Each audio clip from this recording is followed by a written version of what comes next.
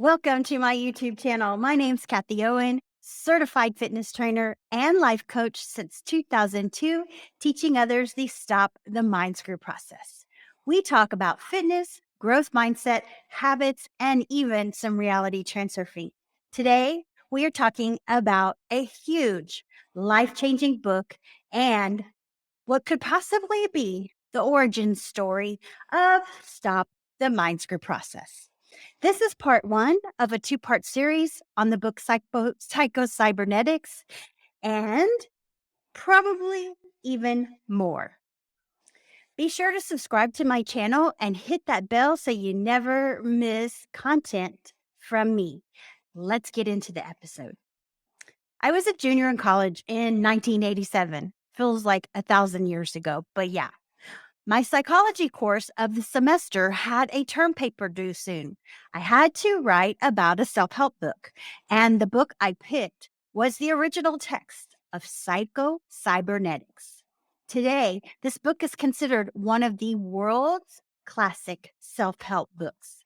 And little did I know that book would be the landmark item and the origin story of Stop the Mind Screw. My dad was a college math professor, and not just any college math professor, but one who taught PhD mathematics. Yeah, my dad had a PhD in math himself. To even get a PhD in mathematics, you need to prove a theory that no one else has proven. And my dad graded those papers. So it's no wonder he would come to me and question my degree in psychology. After all, he said, what can you do with a degree in psychology? I understood his logic. I mean, look where he came from and look at my non existent math skills. I could do complicated math, but adding and multiplying skipped right over my head, and it still does today. So, to bond with my oh so intelligent father, I learned to love sports and fishing, specifically baseball. And for people skills and understanding of human behavior, thank goodness I have a degree in psychology and I use that degree every single day. And that paper I did was a book summary of psycho-cybernetics. Oh, how I wish I still had that paper today. But I know that knowledge crept into my subconscious. Why? Because after listening to and reading the book today, some 30 years later, I know that is the origin story of Stop the Mind Screw. It became a mental practice that I started some 30 years ago.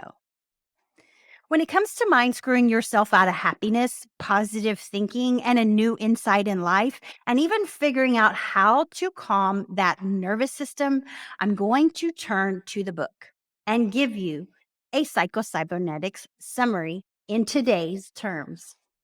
The answer to every problem exists in the now. And there's actually infinite solutions to every problem.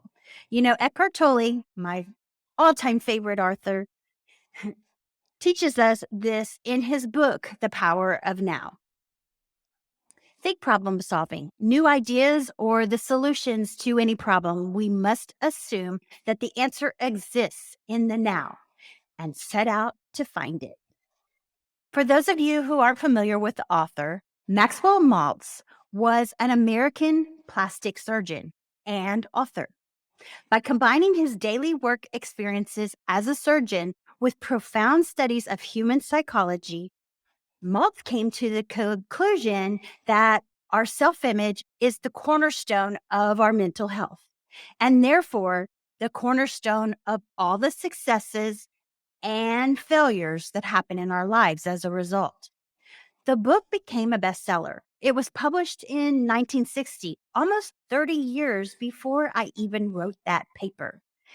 It is considered one of the best self-help books in its category, and one of the psychology masterpieces that paved the way for most of today's personal growth empowerment programs.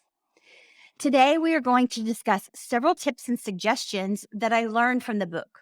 Remember, this is a two-part series. Oh, how I wish I could find that paper from 1987. I just know it holds the key to The Reason Why, A New Earth by Eckhart Tolle, and Reality Transurfing by Vadim Zeland sounded so dang familiar. Are you on our email list? Consider joining today. We offer exclusive stories and content related to fitness, growth mindset, and habits. The Hot Habit Checklist download will have you building healthy habits in no time. There's bonus content from Kathie's coaching, including a mental diet resource guide and a definite chief aim template, and even more. You can find this at www.kathieowen.com/fitness. Hope to see you there.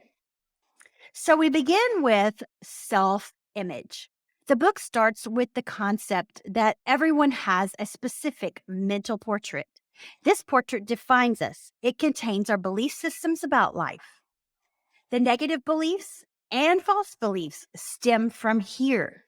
Because of our brain negativity bias, this is not a helpful mental image.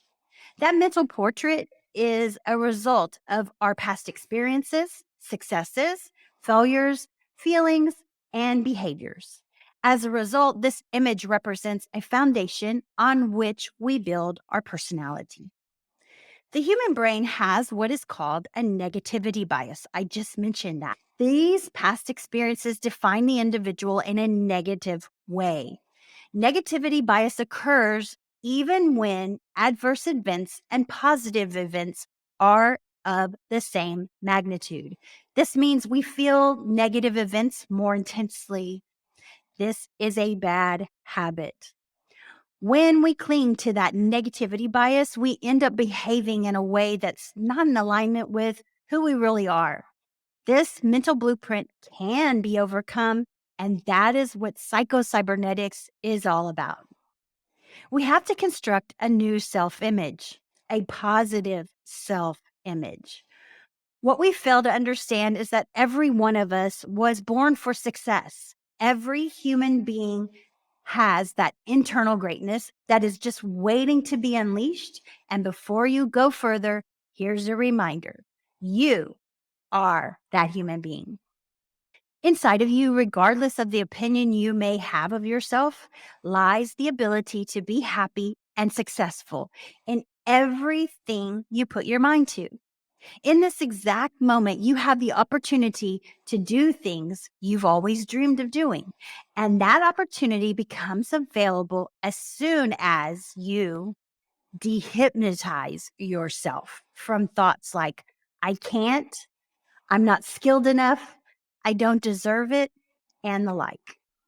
Imagination is key. I really love this part, and it sounds so much like Neville Goddard's teachings. Our mind is a powerful tool, and creative imagination is the very best way to create automatic positive responses. So, how do we actually reach a new way of thinking about ourselves? According to Maltz, the answer lies in imagination. Just like for most of the time, or really at all times, we think of ourselves as incompetent, lazy, or boring. Remember that negativity bias?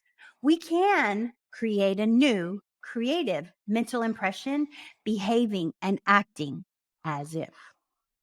The thing to point out is that our brain doesn't distinguish between imagination and reality.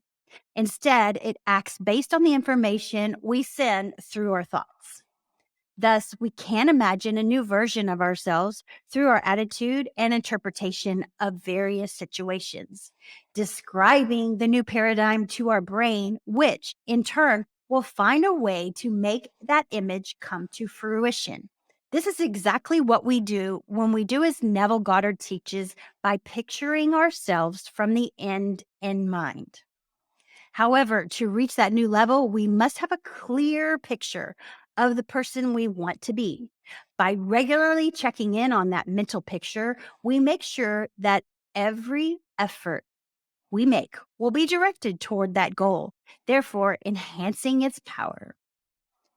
I do this all the time in my Think Big journal, and I mention that a lot in Notion. And it is one of the most empowering habits that I have. The success mechanism is a technique that is mentioned often in psycho-cybernetics. Let your success mechanism do the work. Here's the thing. As humans, we're all born with an innate creative mechanism in ourselves.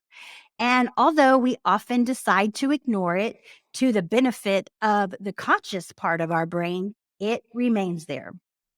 What Maltz suggests is that once you get very, very clear about the problem that you intend to solve, you should completely clean your mind from any worry, expectation, and anxiety related to the potential end result.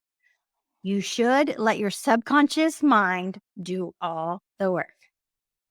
So the process looks pretty much like this. Think intensively about the problem. Gather all the information you need, consider possible deviations, and last but certainly not least, have a burning desire to solve it. After having defined the problem and what the finish line looks like, drop any thought related to it for a couple of days or even more. More often than not, after coming back to the problem, you'll find out that the solution presented itself in some way. As Maltz explains, the creative mechanism works best when our conscious mind is less involved. Therefore, don't be surprised if your best ideas come up when you're doing something totally unrelated to the problem you're facing. It's just your brain that, once received the proper stimuli, starts to work relentlessly on its solution, regardless of whether you're conscious about it or not. Be happy. You hear these quotes? Well, I guess I'll be happy when I pay off my mortgage. I'll be happy when things get back to normal and I can travel again. I'll be happy when this semester is over, or I'll finally be happy when I fall in love. Do any of these sound familiar to you? Most of us tend to postpone our happiness because of external circumstances. This is a bad habit. I remember during the pandemic, so many were absorbed in fears and false beliefs and waiting for a better land to come when things got back to normal. What is normal, anyways? Those were just automatic responses to the negative feedback and only created more emotional walls and emotional scars that didn't help them at all. Guess what? Life is not tomorrow. Life has to be lived today. And by the way, there will never be a better time to be happy than the present moment. Happiness is a habit. And if you don't practice it today, you'll never experience it later on. Life tends to be about problems. If you want to be happy, you have to learn to smile despite the problems. And you shouldn't do it just because there's a reward waiting for you on the other side or because something good already happened to you. Being happy is the first step in order to making everyone else happy around you. If you don't put yourself first, how can you take care of other important people in your life?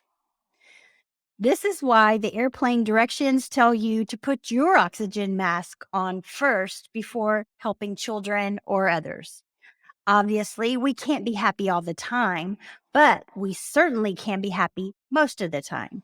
And that positive mental state, as formally outlined, can only be reached through practice and actually could be one of today's personal empowerment programs. Accustom yourself to act in a proactive way against challenges, always maintaining a clear and positive picture of the end result in mind, and watch the results follow. All right, that ends part 1 of this 2-part series on psycho-cybernetics. Join me next week when we discuss success and failure. I sure hope to see you then. And by the way, if you know someone who can benefit from this, will you please share it with them? And until next time, I'll see you next time. Peace out and namaste.